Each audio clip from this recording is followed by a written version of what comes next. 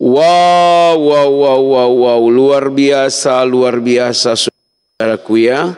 Seorang murtadin ini, ia mengatakan alasan mengapa ia murtad atau ia keluar dari agama lamanya, dan dia menjadi seorang yang diberkati Tuhan, mendapat hidayah dari Tuhan karena dia telah menemukan Yesus Kristus. Saudaraku, ia mengatakan, sesungguhnya orang-orang yang tidak mendapat hidayah, sesungguhnya mereka itu orang-orang akan dihukum dalam neraka, mereka akan masuk dalam neraka. Makanya dia berkata, dapat hidayah, dia keluar dari agama lamanya dan dia menikmati kasih, sehingga dia berkata bahwa betapa luar biasa, betapa senang, betapa suka karena ia dapat mengenal juru selamat satu-satunya dunia, yaitu Yesus Kristus.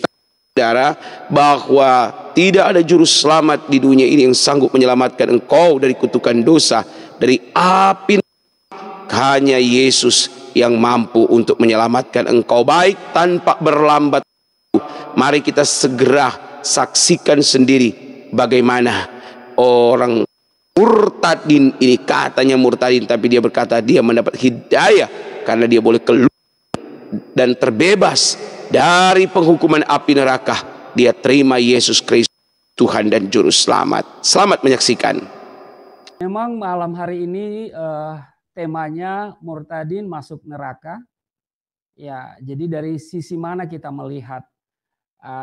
Saya pada kesempatan pertama sudah bersaksi menceritakan bagaimana saya harus memilih untuk menjadi murtadin. Bahwa predikat murtadin itu memang sesuatu yang tidak dikehendaki siapapun, ya. Predikat itu sangat buruk, ya. Dan karena itu saya katakan pada kesempatan pertama bahwa bukan keinginan saya untuk jadi Kristen, ya. Karena kalau jadi Kristen itu ya murtad, ya. Nah, tetapi malam hari ini saya mau katakan bahwa orang yang menerima Isa Al-Masih sebagai Tuhan dan penyelamat adalah orang yang telah berhasil dalam usahanya untuk mencari dan mengenal Allah yang benar. Sekali lagi, setiap orang yang menerima Isa Al-Masih sebagai Tuhan dan penyelamat adalah orang yang telah berhasil dalam usahanya untuk mencari dan mengenal Allah yang benar. Bahwa kekristenan itu bukan sebuah pekerjaan atau bukan sebuah perbuatan yang baik, tetapi sebuah kepercayaan yang benar. Agama secara umum, ya, sederhana definisi agama adalah upaya manusia untuk mencari dan menemukan Tuhan. Maka pada saat seseorang menerima Yesus Kristus, Isa Al-Masih, sesungguhnya ia telah tiba pada ujung pencariannya akan Tuhan. Jadi selama dia belum menerima Yesus sebagai Tuhan dan Juru Selamat, dia masih mencari. Ya. Karena itu agama itu adalah upaya manusia untuk mencari dan menemukan Tuhan. Maka pada saat seseorang telah menerima Yesus sebagai Tuhan dan Juru Selamat, ia telah tiba pada ujung pencariannya akan Tuhan. Itu sebabnya setiap orang yang menjadi Kristen esensinya dua hal. Yaitu mengucap syukur dalam segala keadaan. Ya, dikatakan askuru fi kulli syai'in. Mengucap syukur dalam segala keadaan. Dan yang kedua, menjadi orang yang selalu bersuka cita. Ifrahu fi rabbi daiman. Jadi menjadi Kristen itu dua hal, ingat saudara. Yaitu askuru wa ifrahu. Mengucap syukur dan bersuka cita. Haleluya. Ya. Nah, kekristenan itu bukan agama. Kekristenan itu adalah sebuah perjumpaan dengan Tuhan. Itu sebabnya kalau kita lihat di dalam Yohanes pasal 15 ayatnya yang ke-16. Ya, bukan kamu yang memilih aku, tetapi akulah yang memilih kamu. Jadi agama adalah upaya seseorang untuk mencari dan menemukan Tuhan. Pertanyaannya adalah, Siapa sesungguhnya yang hilang? Apakah Allah yang hilang sehingga kita cari? Yang hilang itu adalah manusia. Dan yang menarik adalah di dalam iman Kristen, Allah yang datang menjumpai manusia. Sehingga saya katakan kekristenan itu adalah sebuah perjumpaan dengan Tuhan. Nah, kalau kita lihat Martin Buber, dia berkata begini. Saya sangat tidak suka pada agama. Tetapi amat gembira sebab Alkitab tidak membicarakan hal itu. Alkitab tidak membicarakan hal agama. Thomas Alva Edison berkata begini. Dia bersikap sinis terhadap agama. Lalu kemudian dia berkata agama itu omong kosong katanya. Sebab agama itu selalu mengutamakan bungkus daripada isi. Itu sebabnya hari ini saya bukan beragama lagi. Tapi saya adalah beriman. Bedakan beragama dan beriman. Beragama dan beriman adalah dua hal yang berbeda. Bedanya di mana? Bedanya di sini. Kalau beragama, kecenderungan orang adalah pada lembaga agama.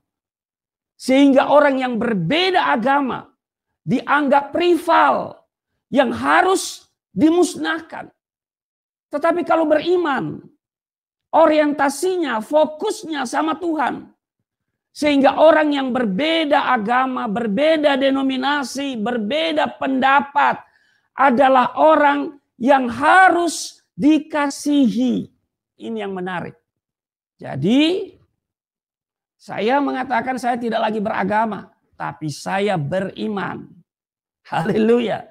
Nah, sesungguhnya Allah itu adalah zat yang maha suci, yang tak dapat dijangkau oleh manusia.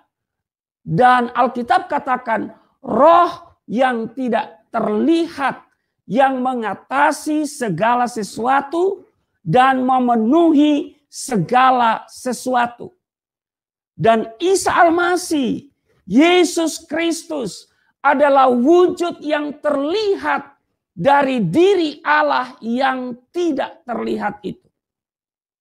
Karena itu saya tegaskan bahwa setinggi apapun ilmu agama seseorang dan setinggi apapun jabatannya dalam organisasi atau sistem agamanya, keyakinannya tentang hubungan dengan Allah dan tentang harapan akan kehidupan di akhirat kelak hanyalah iman bayangan dan imajinasi semata bila orang tersebut tidak menerima Isa Al-Masih sebagai Tuhan dan Juru Selamat. Karena di dalam Kolose, saya akan bacakan bagi saudara, Kolose pasalnya yang pertama, di ayatnya yang ke-15 bagian A dikatakan bahwa Ia, Yesus Kristus adalah gambar Allah yang tidak kelihatan.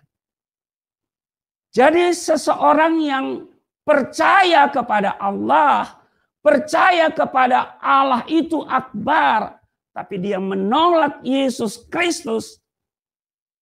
Alkitab sudah memberikan kategori.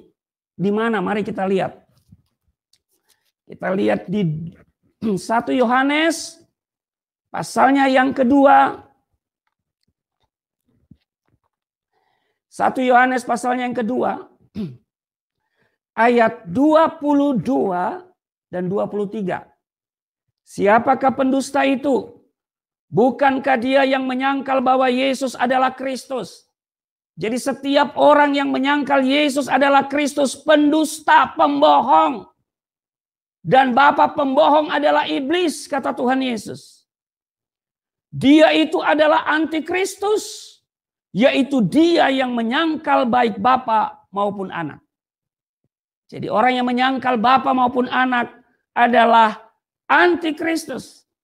Ya. Barang siapa menyangkal anak, ia juga tidak memiliki bapa. Yang menyangkal Yesus Kristus, dia juga tidak memiliki Allah sesungguhnya. Ya, tentu saya berbicara dalam konteks Alkitab. Kembali kepada judul tadi bahwa murtadin masuk neraka. Ini adalah sebuah pergumulan saya dulu. Ya, saya sulit untuk meninggalkan agama sebelumnya. Lalu kemudian menjadi pengikut Yesus. Saya takut disebut murtadin. Karena apa saudara soal murtadin ini?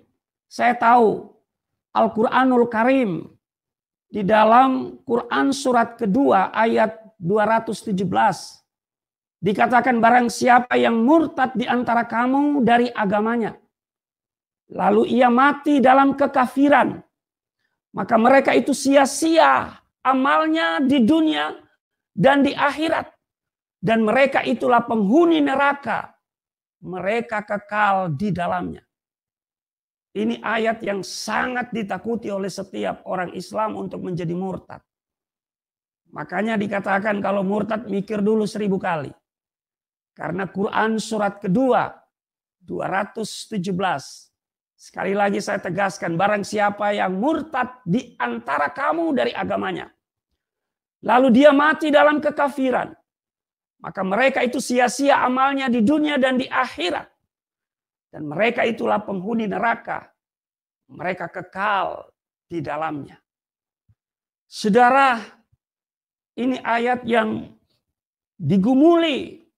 Ya, untuk melepaskan iman Islam itu nggak gampang. Ya, bukan pekerjaan semalam, saudara. Bukan semudah membalik telapak tangan, saudara.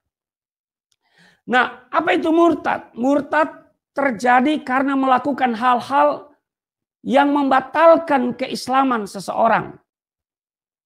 Jumlahnya sebenarnya banyak.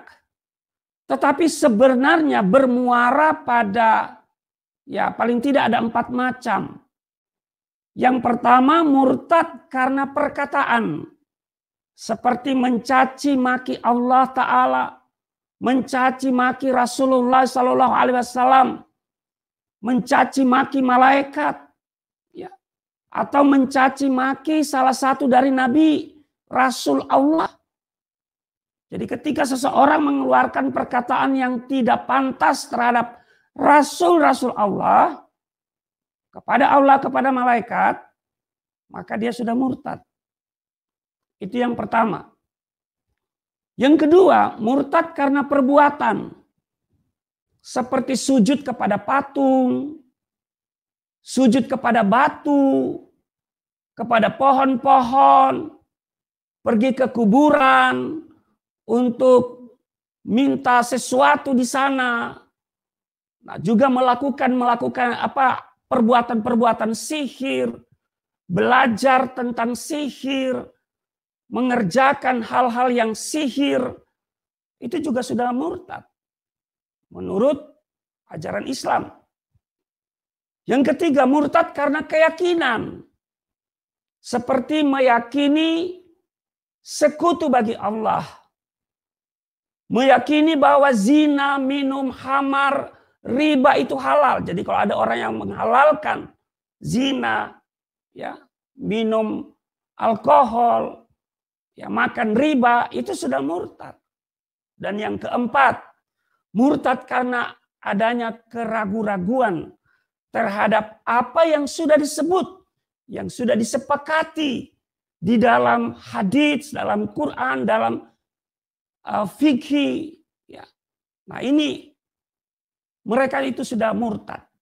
Jadi murtad itu ada macam-macam, saudara. Nah hukum murtad ini sangat berat. Hukum murtad itu sangat berat. Yang pertama, orang yang murtad diminta untuk bertobat. Apabila ia mau bertobat dan kembali kepada pangkuan Islam dalam jangka waktu 3 hari, maka tobatnya diterima dan ia dibebaskan dari tuntutan hukum. Yang kedua, apabila tidak bertobat, maka dia dihukum mati sebagaimana sabda Rasulullah. Ada sabda Rasulullah SAW. Barang siapa yang menukar agamanya, maka bunuhlah ia. Hadis riwayat Al-Bukhari dan Abu Daud. Yang ketiga, terputusnya hukum waris antara dirinya dengan keluarga dan kerabatnya. Jadi saudara lihat bahwa menjadi seorang murtad itu bukan persoalan yang mudah. Ini yang saya pikirkan. Sehingga saya pikirkan dengan matang. Kembali lagi bahwa hidup ini adalah sebuah pilihan. Nah saudara, saya akan bicara tentang apa sih murtadin itu. Nah, murtadin berarti meninggalkan atau keluar dari agama. Saya keluar meninggalkan agama Islam untuk mengikuti Isa Al-Masih, Yesus Kristus, Sang Juru Selamat yang telah dikabarkan oleh malaikat dari surga dalam Injil Lukas pasal 2 ayat 11. Itu adalah berita sukacita. Dikatakan hari ini telah lahir bagimu Juru Selamat, yaitu Kristus Tuhan di kota Daud. Dia adalah kebenaran. Tidak ada seorang pun dari ahli kitab kecuali akan beriman kepadanya. Kepada siapa? Kepada Isa sebelum kematiannya. Dan di hari kiamat nanti Isa itu akan menjadi saksi terhadap mereka. Ini yang terdapat dalam Quran. Surat An-Nisa 159. Hal tersebut sudah disampaikan juga oleh Yesus dalam kitab suci, dalam Alkitabul Muqaddas, dalam Alkitab Injil Matius, pasalnya yang ke-10 32 dikatakan begini. Setiap orang yang mengakui aku di depan manusia, aku juga akan mengakuinya di depan Bapakku yang di surga. Tetapi barang siapa menyangkal aku di depan manusia, aku juga akan menyangkal dia di depan Bapakku yang di surga. Di dalam Quran surat Ali Imran 45 dikatakan, ingatlah ketika malaikat berkata, hai Maryam, sesungguhnya Allah menggembirakan kamu dengan kalimat yang datang daripadanya. Namanya Al-Masih, Isa putra Maryam, seorang terkemuka di dunia dan di akhirat. Dia bergelar wajihan fid dunya wal akhirat. Terkemuka di dunia dan di akhirat. Itu sebabnya saya harus putuskan, ambil keputusan untuk mengikut Isa. Jadi saya keluar dari agama Islam untuk menjadi pengikut Isa Al-Masih. Dan saya pikir Isa tidak akan menyesatkan saya. Setiap perkataan Isa adalah perkataan yang benar. Karena Isa itu bergelar kebenaran. Dalam Quran surat 19 ayat 34. Itulah Isa putra Maryam yang mengatakan perkataan yang benar.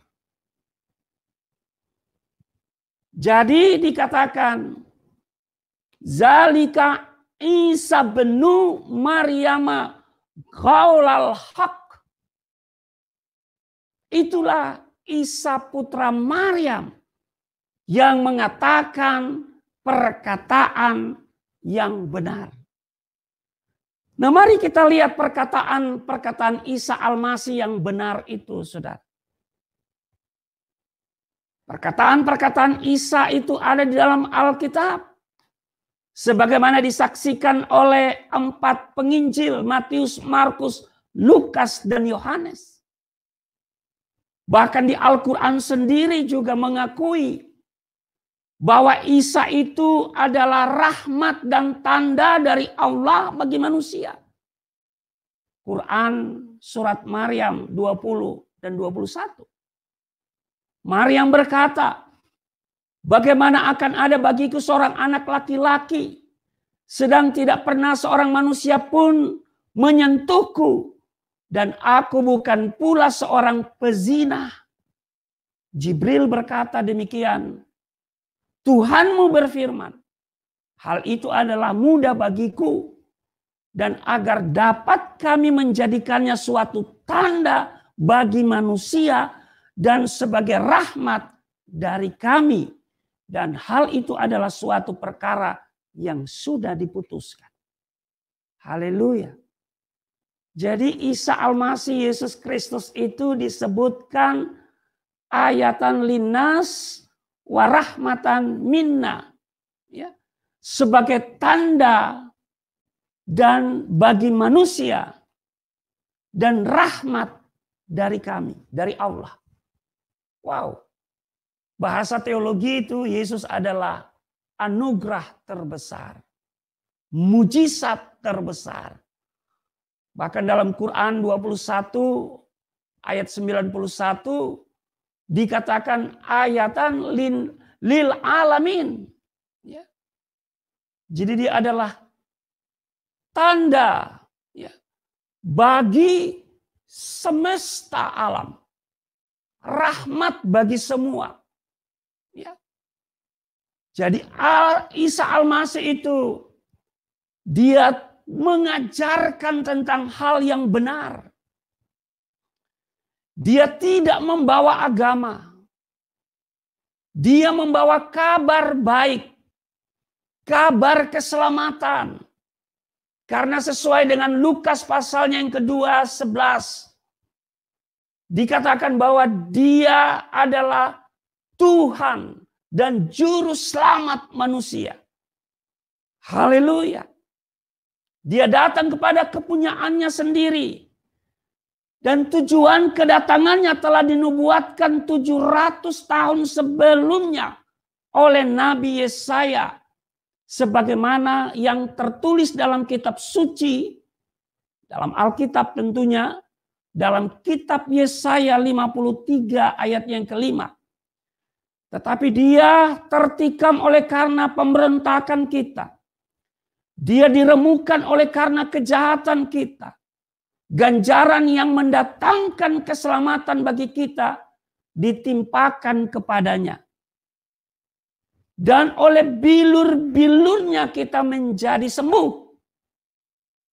Dan hal itu tergenapi dalam Injil Yohanes pasal 19:34.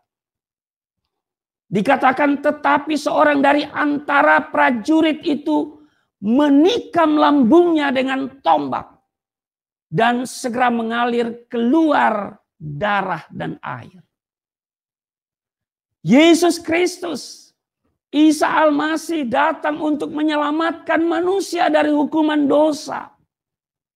Karena di dalam Roma pasal 6 ayat 23 upah dosa adalah maut. Setiap orang terlahir sudah berdosa. Manusia lahir sudah dalam keadaan berdosa. Coba kita buktikan. Kecenderungannya adalah kecenderungan dosa. Manusia lahir. Tidak perlu kita ajarkan sesuatu yang jahat. Tidak perlu kita ajarkan dia berbohong. Tetapi dia bisa berbohong. Kenapa? Karena nalurinya. Sifat dasarnya itu. Karena itu Yesus Kristus datang menyelamatkan manusia dari hukuman dosa itu. Bahwa dosa itu bukan hanya setumpuk perbuatan jahat. Dalam iman Kristen, dosa itu bukan hanya setumpuk perbuatan jahat. Kalau dosa hanya setumpuk perbuatan jahat, itu bisa diselesaikan dengan setumpuk perbuatan baik. Tetapi dosa itu adalah status, kecenderungan manusia sudah mendarah daging. Sebab itu Yesus harus datang untuk menyelamatkan manusia dari hukuman dosa itu. Itu sebabnya saya selalu bilang bahwa saya butuh Tuhan sebagai juru selamat. Karena saya takut masuk neraka. Saya mau memiliki Tuhan yang mau menyelamatkan. Bukan Tuhan yang menghukum. Saya butuh juru selamat. Saya tidak butuh nabi. Saya tidak butuh rasul. Karena nabi dan rasul hari ini statusnya sama almarhum. Maka itu saya katakan banyak nabi, banyak rasul. Tapi juru selamat hanya satu, Yesus Kristus. Agama boleh banyak, kepercayaan boleh bertambah. Tapi penebus dosa hanya satu, dialah Yesus Kristus. Sebab itu saudara, di dalam Yohanes pasalnya yang ketiga ayatnya yang ke-15. Yohanes pasalnya yang ketiga ayatnya yang ke-15 dikatakan. Yohanes pasal 3 ayat 15. Supaya setiap orang yang percaya kepadanya. Kepada siapa? Kepada Isa Al-Masih. Kepada Yesus Kristus. Supaya setiap orang yang percaya kepadanya beroleh hidup yang kekal. Ini yang luar biasa. Saudara butuh kehidupan yang kekal. Terima Yesus. Saudara butuh keselamatan hidup kekal. Masuk surga. Terima Yesus.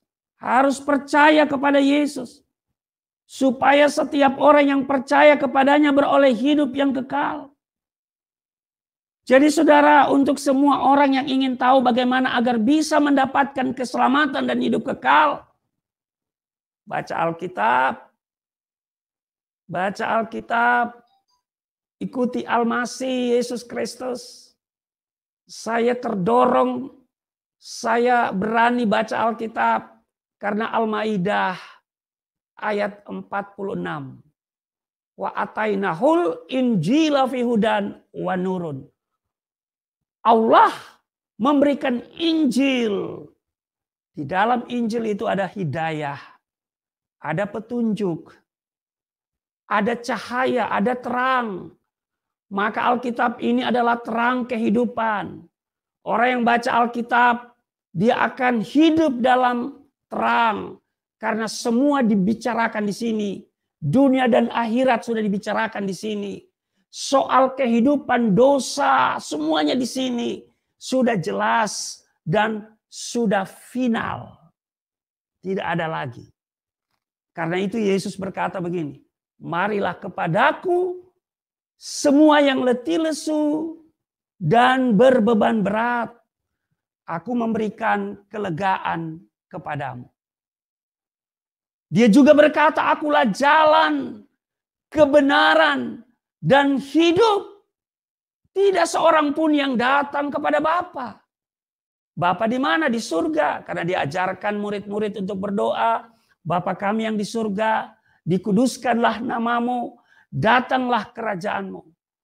Jadi Bapa kami yang di surga. Kalau dia katakan tidak seorang pun yang datang kepada Bapa, kalau tidak melalui aku. Saudara jangan berharap saudara masuk surga. Kalau saudara tidak terima Yesus. Ya. Jangan mimpi surga kalau saudara mengingkari Yesus. Mungkin surgamu surga yang lain. Ya.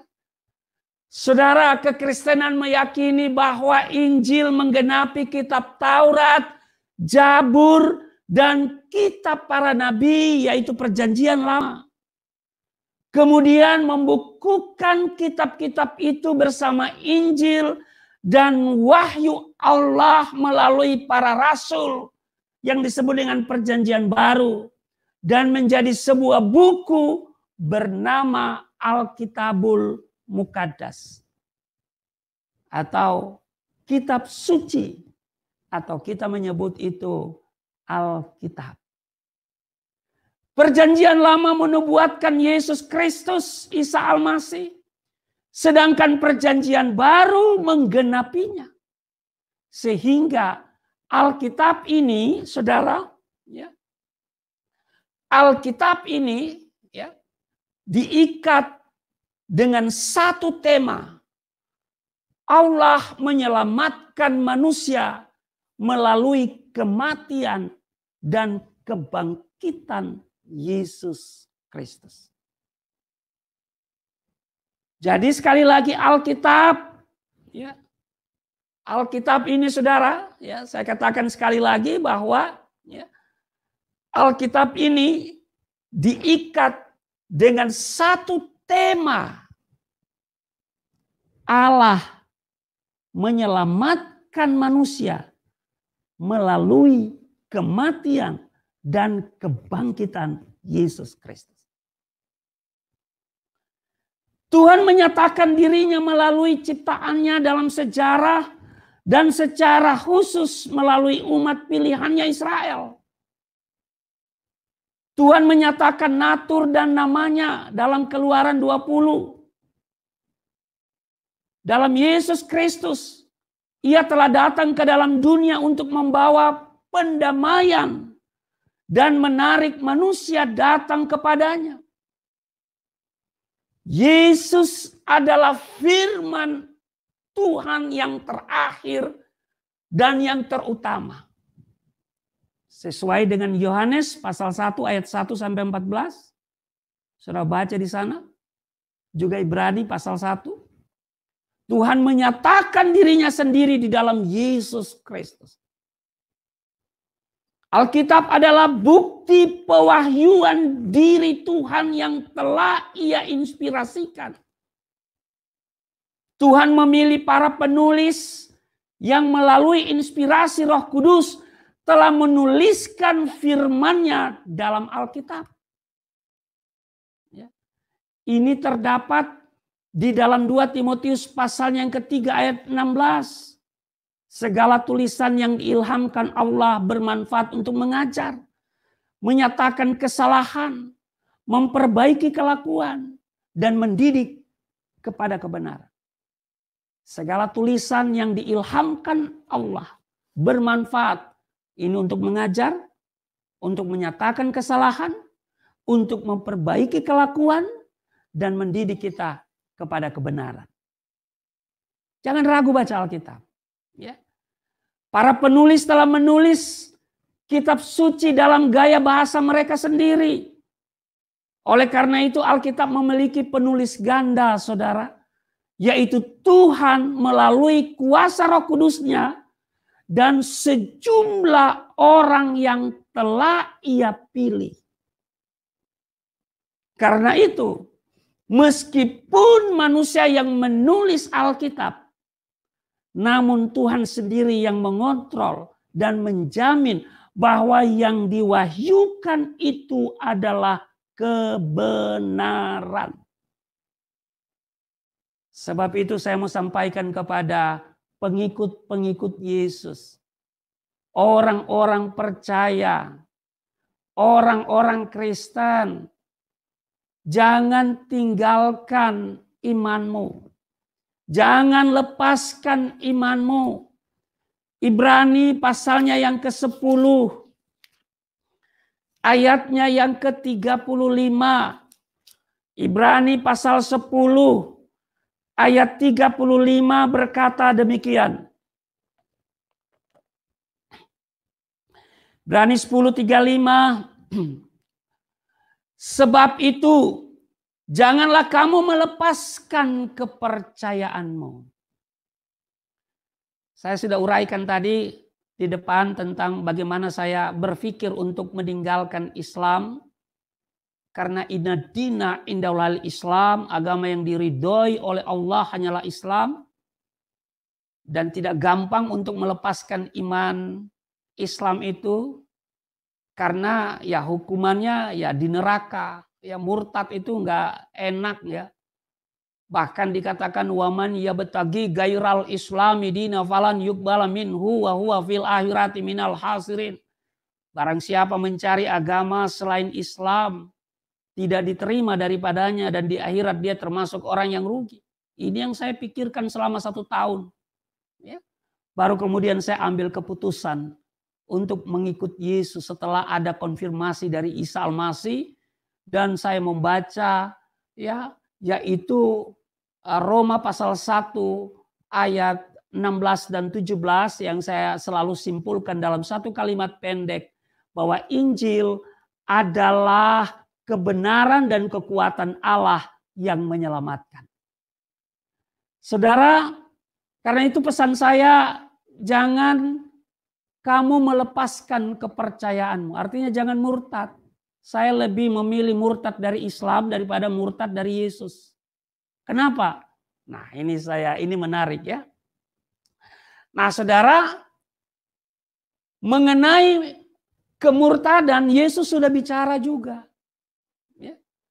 Jadi bukan hanya di Islam ada konsepnya, di kekristenan juga punya. Setelah saya pelajari, saya lebih memilih murtad dari Islam daripada murtad dari kekristenan. Ya. Kenapa? Karena kalau di Islam murtad masuk neraka.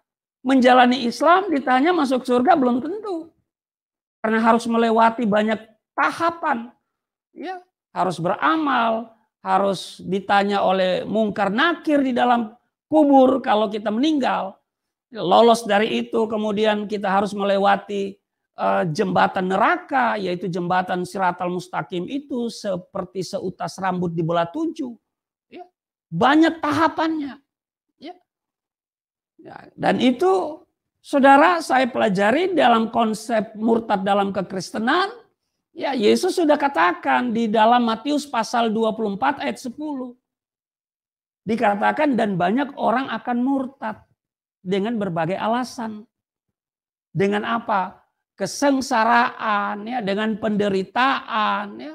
Banyak hal, ya, saya akan bacakan ya. Di dalam Matius pasalnya yang ke-24 ya, ayatnya yang ke-10. Dikatakan dan banyak orang akan murtad dan mereka akan saling menyerahkan dan saling membenci. Nah, ini dia. Orang itu kalau murtad dari Yesus, hatinya penuh dengan kebencian. Saya murtad dari Islam, tidak ada kebencian saya terhadap saudara-saudara saya. Bahkan saya sedang bergumul. Orang yang membantu saya di rumah, kalau saya punya berkat lebih, saya berangkatkan umroh. Saya tidak pernah memaksakan orang untuk mengikuti saya. Enggak. Ya. Saya tidak pernah dipengaruhi. Ya, dan saya tidak akan mempengaruhi orang lain untuk mengikuti saya. Karena itu bukan wilayah saya. Saya hanya memberitakan tentang kasih, kebaikan. Karena Alkitab bilang, ya, biarlah kebaikan hatimu diketahui semua orang. Kekristenan itu berawal dari seorang Barnabas. Barnabas dikenal baik, penuh Roh Kudus, punya iman. Sejumlah orang dibawa kepada Tuhan. Dia tidak ngomong, dia tidak bicara. Tetapi kalau saudara baca Kisah Rasul 11 ayat 24, dia dikenal baik, penuh Roh Kudus, punya iman. 3 hal ini loh. Baik belum tentu benar. Karena baik itu relatif. Tetapi dikatakan dia bukan hanya baik, tapi dia penuh Roh Kudus. Roh Kudus adalah roh kebenaran. Ya. Lalu kemudian dia punya iman. Saya katakan kalau beriman fokusnya sama Tuhan. Orang yang beda iman, beda agama, beda denominasi, beda pendapat dianggap sebagai sesama yang harus dikasihi. Karena Yesus bilang, kasihilah musuhmu dan berdoalah untuk mereka. Ini ajaran spiritual Yesus ini lebih maju dari ajaran spiritual yang lain. Saya tidak pernah ada kebencian. Walaupun saya sudah ceritakan saya di penjara, saya dipukul babak belur. Ya. Saya dihina, saya diludahin, ya. Tapi saya tetap mengasihi. Kenapa? Karena saya keluar dari Islam, saya mengikuti ajaran kebenaran Yesus Kristus, ajaran kasih. Tapi kalau saudara baca Alkitab, di Matius pasal 24 ayat 10 ini. Ya, yaitu dan banyak orang akan memurtad dan mereka akan saling menyerahkan, saling membenci. Ya.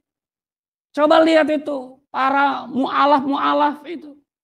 Mereka punya ceramah-ceramah. Ya. Tidak terkontrol lagi. Ya. Bahkan saudara-saudara saya yang Islam tidak suka itu. Saudara-saudara saya yang muslim tidak suka mereka itu. Dan mereka pesan sama saya, jangan kamu seperti itu.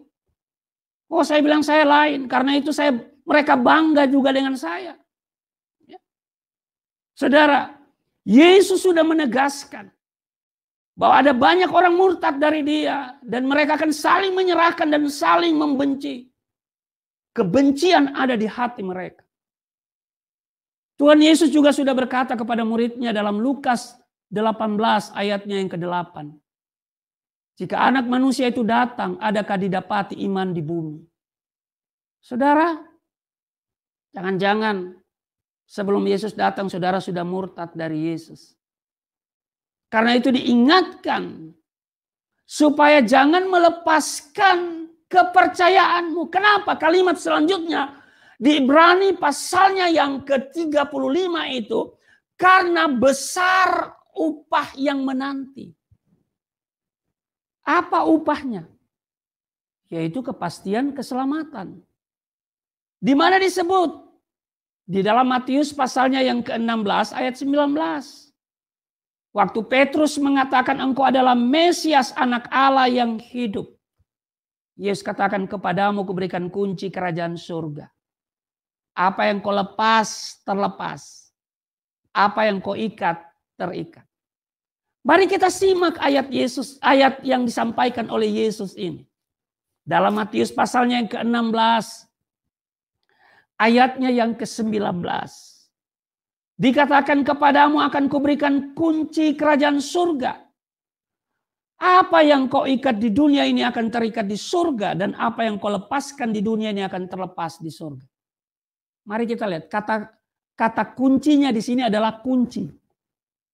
Kata kuncinya adalah kunci. Diberikan kunci. Mari kita pikirkan tentang kunci, saudara. Kunci selalu bicara dua hal. Yang pertama otoritas. Kuasa. Kepadamu kuberikan kunci kerajaan surga. Jika kita mempunyai kunci berarti kita memiliki otoritas. Kita memiliki kuasa. Jika engkau dipercayakan sebuah kunci, artinya bukan saja mempercayaimu, tetapi juga mendelegasikan otoritas kuasa kepadamu. Karena itu dalam Lukas pasal 10 ayat 19, Tuhan Yesus berkata, sesungguhnya aku telah memberikan kuasa kepada kamu untuk menginjak ular dan kalajengking, dan kuasa untuk menahan kekuatan musuh, sehingga tidak ada yang membahayakan kamu. Jadi kunci yang pertama bicara tentang otoritas. Bicara tentang kuasa. Yang kedua, kunci mewakili kepemilikan. Kunci bicara tentang kepemilikan. Jika kita adalah pemilik suatu kunci, maka kita berhak atas kepemilikan apa saja yang dibuka oleh kunci itu. Betul? Saat kita mempunyai kunci kerajaan surga, berarti kita mempunyai kepemilikan surga di bumi. Yang lain nggak tahu deh. Kita diberikan kunci surga. Yang lain boro-boro punya kunci. Pintu surga dia nggak tahu. Ya. Karena itu saya menyapa siapapun Anda yang sedang menyaksikan tayangan ini sebagai orang-orang yang seiman di dalam Yesus Kristus. Saya menegaskan dari tempat ini, jangan lepaskan kepercayaanmu. Jangan engkau murtad dari Yesus. Saya rela murtad dari Islam, tapi saya tidak akan pernah murtad dari Yesus Kristus. Kenapa? Mari kita lihat. Apa kata Alkitab bagi mereka yang melepaskan iman Yesus Kristus? Yang pertama kita lihat 2 Yohanes pasal 1 ayat 9. Tolong Pak Yusuf tampilkan biar dibaca. Halo Pak Yusuf. Baik Pak, kita tampilkan. Iya Pak, kita tampilkan 2 Yohanes pasal 1 ayat 9. 2 Yohanes 1 ayat 9. Ayat 9. Oke, kita tampilkan ya, Pak. 2 Ya. Yohanes 1 ayat 9. Oke. Ya, sabar teman-teman, kita admin lagi tampilkan. Oke, Ya. sudah ada. Ya. Saya baca Silakan, apa Pak. gimana, Pak? Silakan baca, Pak. Ya, oke, saya bacakan. Setiap orang yang tidak tinggal di dalam ajaran Kristus, tetapi yang melangkah dalam ajaran Kristus, terus tetapi yang melangkah keluar dari situ tidak memiliki Allah. Yang melepaskan Kristus. Lalu berkata Yesus bukan Tuhan dengan sebagai segudang alasan. Apa kata Alkitab? Tidak memiliki Allah. Tidak memiliki Allah. Jadi saudara tidak memiliki Allah. Kalau saudara keluar dari ajaran Kristus, saudara tidak memiliki Allah. Bukan kata saya, kata Alkitab. Jangan protes saya, protes Alkitab. Ya. Tidak memiliki Allah. Barang siapa. Kita lihat lagi apa yang terjadi jika seorang Kristen meninggalkan iman Kristennya. Keluar dari Yesus. Kita lihat Yeremia 2 ayat 19, Pak. Aduh. Ya, Yeremia 2 ayat 19. Yeremia 2 ayat 19. Ya, kita tampilkan Yeremia 2 ayat 19. Oke. Kejahatanmu akan menghajar engkau dan kemurtadanmu akan menyiksa engkau. Ketahuilah dan lihatlah betapa jahat dan pedihnya engkau meninggalkan Tuhan Allahmu dan tidak gentar. Orang yang meninggalkan Yesus kategorinya dia jahat. Ketahuilah dan lihatlah betapa jahat dan pedihnya engkau meninggalkan Tuhan Allahmu. Dan apa? Tidak gentar terhadap aku. Tidak gentar terhadap aku. Jadi katakan di sini apa? Tersiksa, hidupmu akan tersiksa. Tersiksa dengan apa? Kebencian. Ya. Coba lihat itu, orang-orang itu benci sekali sama Kristen. Ya. Iya kan? Coba saudara perhatikan. Survei. Iya, amin. Engkau tersiksa. Kebencian itu sampah. Ya. Kebencian itu menyiksa engkau. Engkau tersiksa. Dan engkau dipandang oleh Allah sebagai orang yang jahat. Terus kita lihat Amsal 12 ayat 28. 12 ayat 28. Ini menarik, Pak. Iya, Pak. Amsal 12 ayat 28, Pak. Iya, kita tampilkan Amsal 12 ayat yang ke-28. Ya, oke.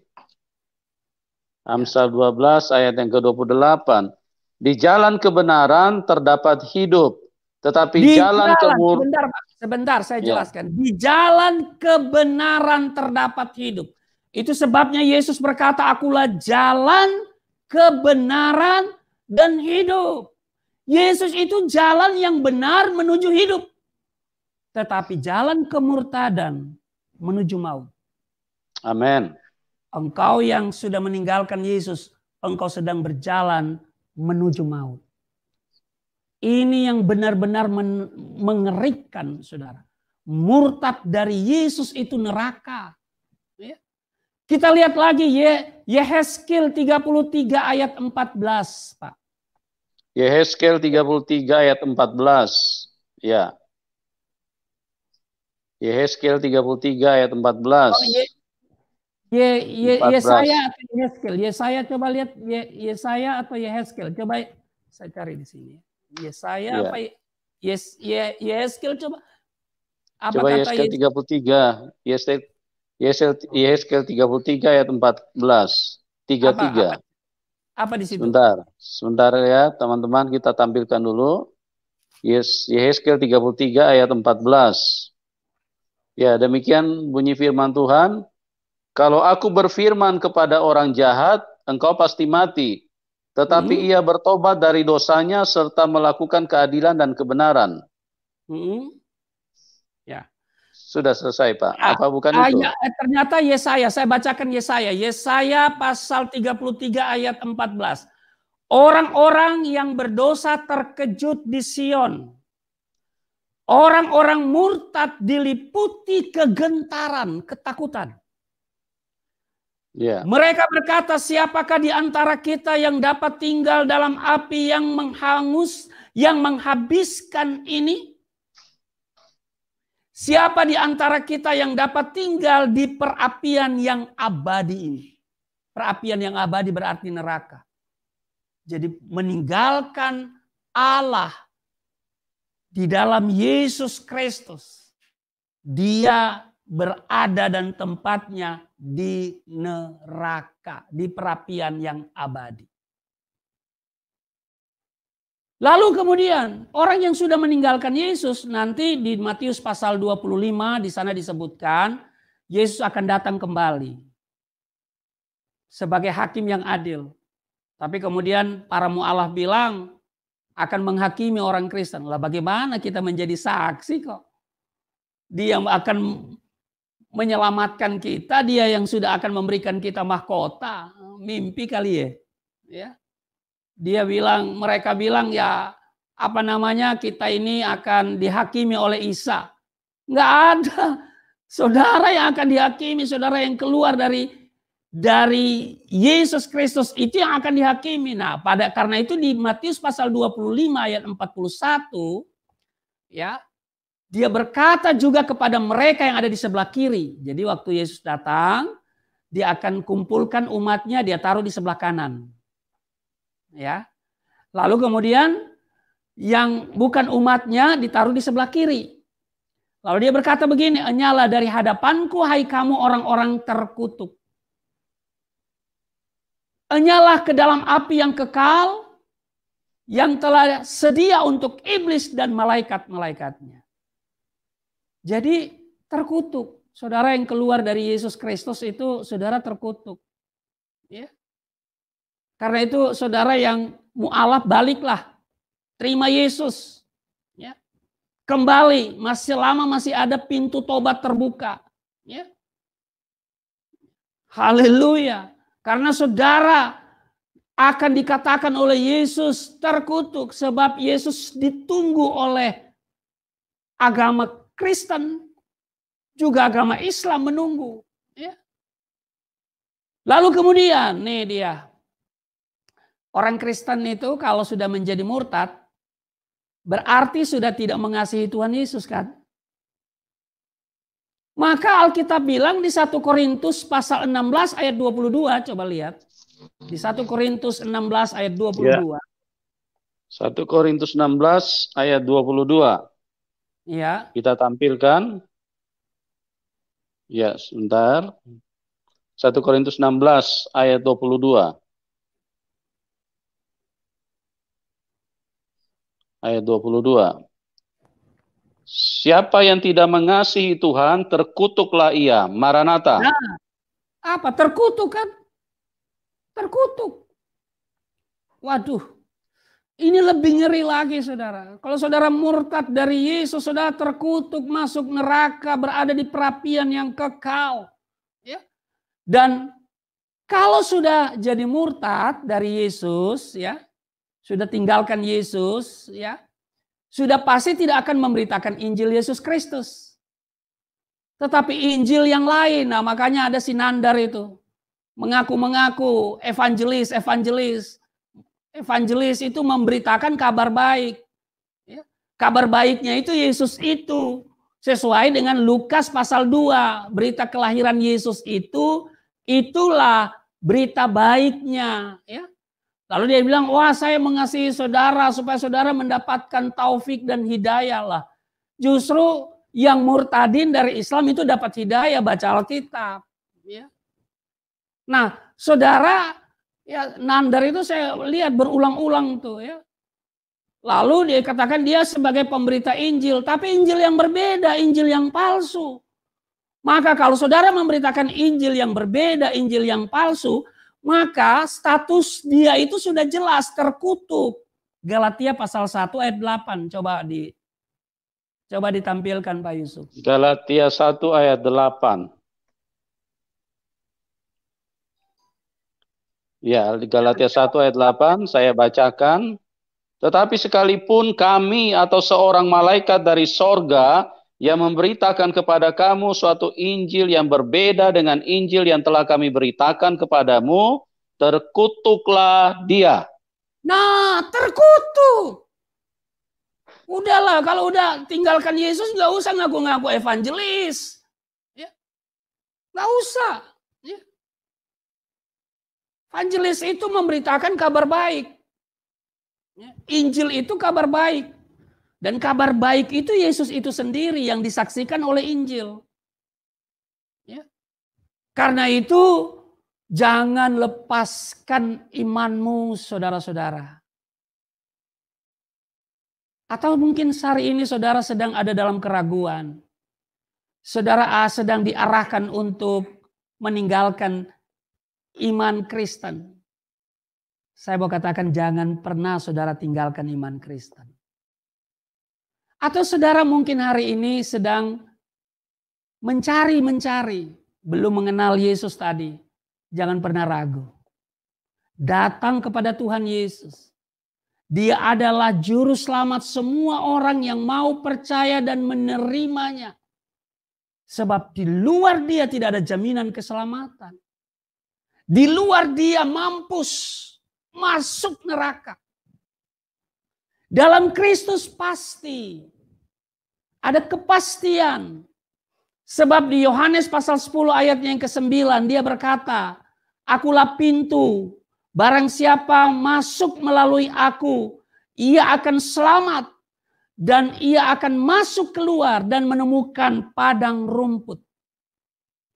Dan aku memberikan hidup yang kekal kepada mereka dan mereka pasti tidak akan binasa." Pasti tidak akan binasa sampai selama-lamanya. Dan seorang pun tidak akan merebut mereka dari tanganku. Demikian dikatakan di Yohanes 10 ayat 28. Dengan tegas Yesus memberikan jaminan, akulah jalan, kebenaran, dan hidup. Tidak seorang pun yang datang kepada Bapa kalau tidak melalui aku. Di Kisah Rasul pasal 4:12, dan keselamatan tidak ada dalam siapapun juga selain di dalam Dia. Sebab di bawah kolong langit ini tidak ada nama lain yang diberikan kepada manusia yang olehnya kita dapat diselamatkan. Saya bersyukur jadi orang Kristen.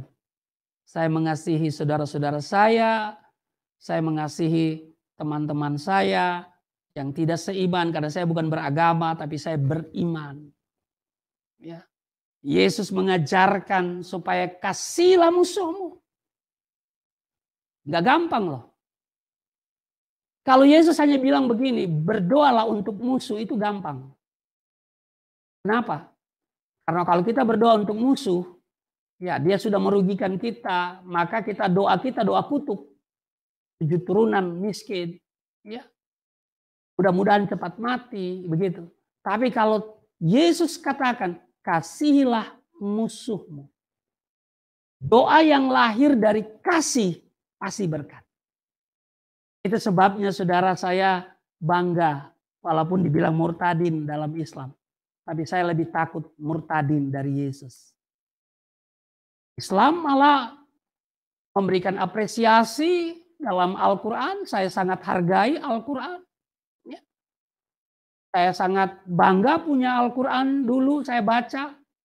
Dikatakan, dan sesungguhnya kamu dapati yang paling dekat persahabatannya dengan orang-orang yang beriman.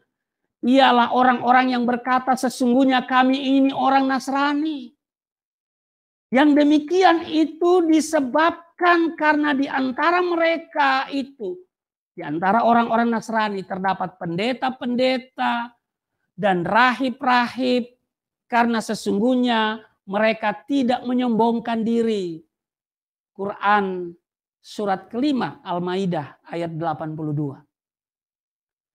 Dan juga dikatakan dalam surat Al-Baqarah ayat 62. Sesungguhnya orang-orang mukmin, orang-orang Yahudi, orang-orang Nasrani, dan orang-orang Sabi'in.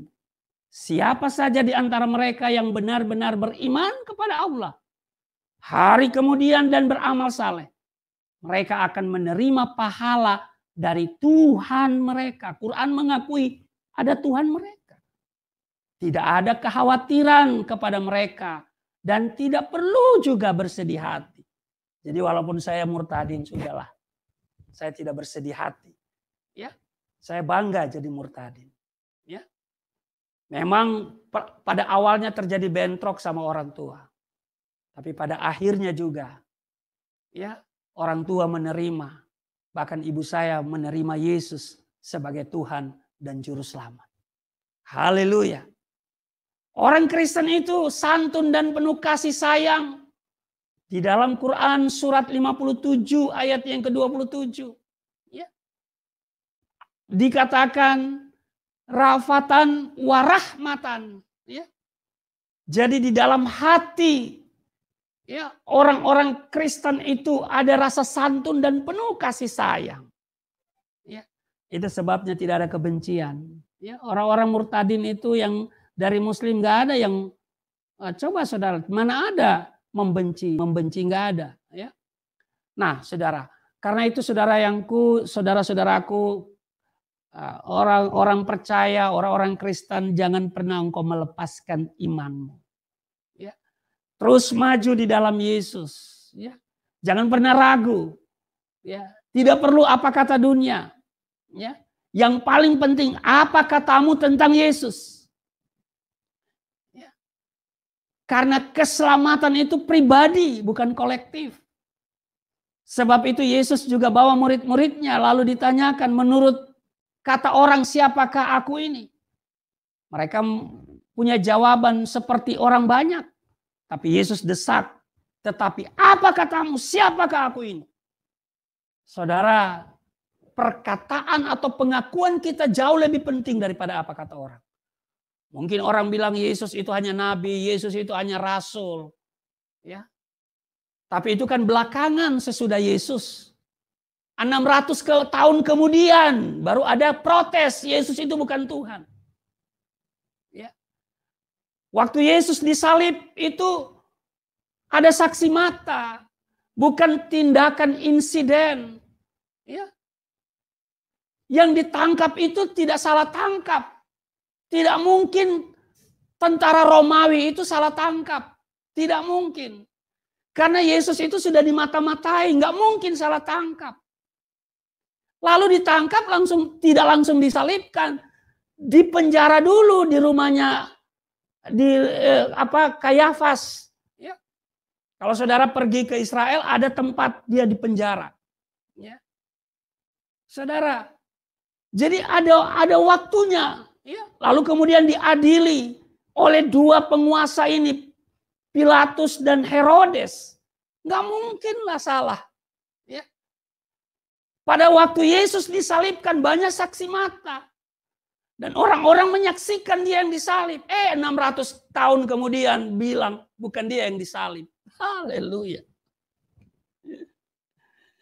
Jadi saudara yakinlah. Alkitab sudah menyaksikan semuanya. Kalau ada sumber di luar Alkitab, itu Injil lain, gak usah dipercaya. Ya. Karena ini sudah final. Sudah final ini. Ya.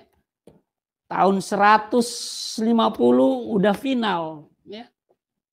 Jadi saudara, tetaplah beriman kepada Yesus Kristus, apapun yang terjadi. Seperti prinsip saya, hancur bumi tempat berpijak. Putus tali tempat bergantung, hancur bumi tempat berpijak. Keputusanku satu, mengikut Yesus untuk selama-lamanya. Haleluya. Saya kira ini yang bisa saya sharing, Pak Yusuf. Luar biasa saudara, sudah kesaksian tadi. Kami berdoa biar kiranya kesaksian tadi dapat menginspirasi dan dapat memberikan kekuatan serta pengharapan, kepastian, keteguhan iman. Puji Tuhan, bagikan terus tangan-tangan kami kepada sekalian banyak orang supaya mereka juga diberkati oleh Tuhan. Sampai berjumpa dalam program acara kami selanjutnya. dan Tuhan Yesus memberkati saudara hari ini sampai selama-lamanya. Haleluya, haleluya, shalom.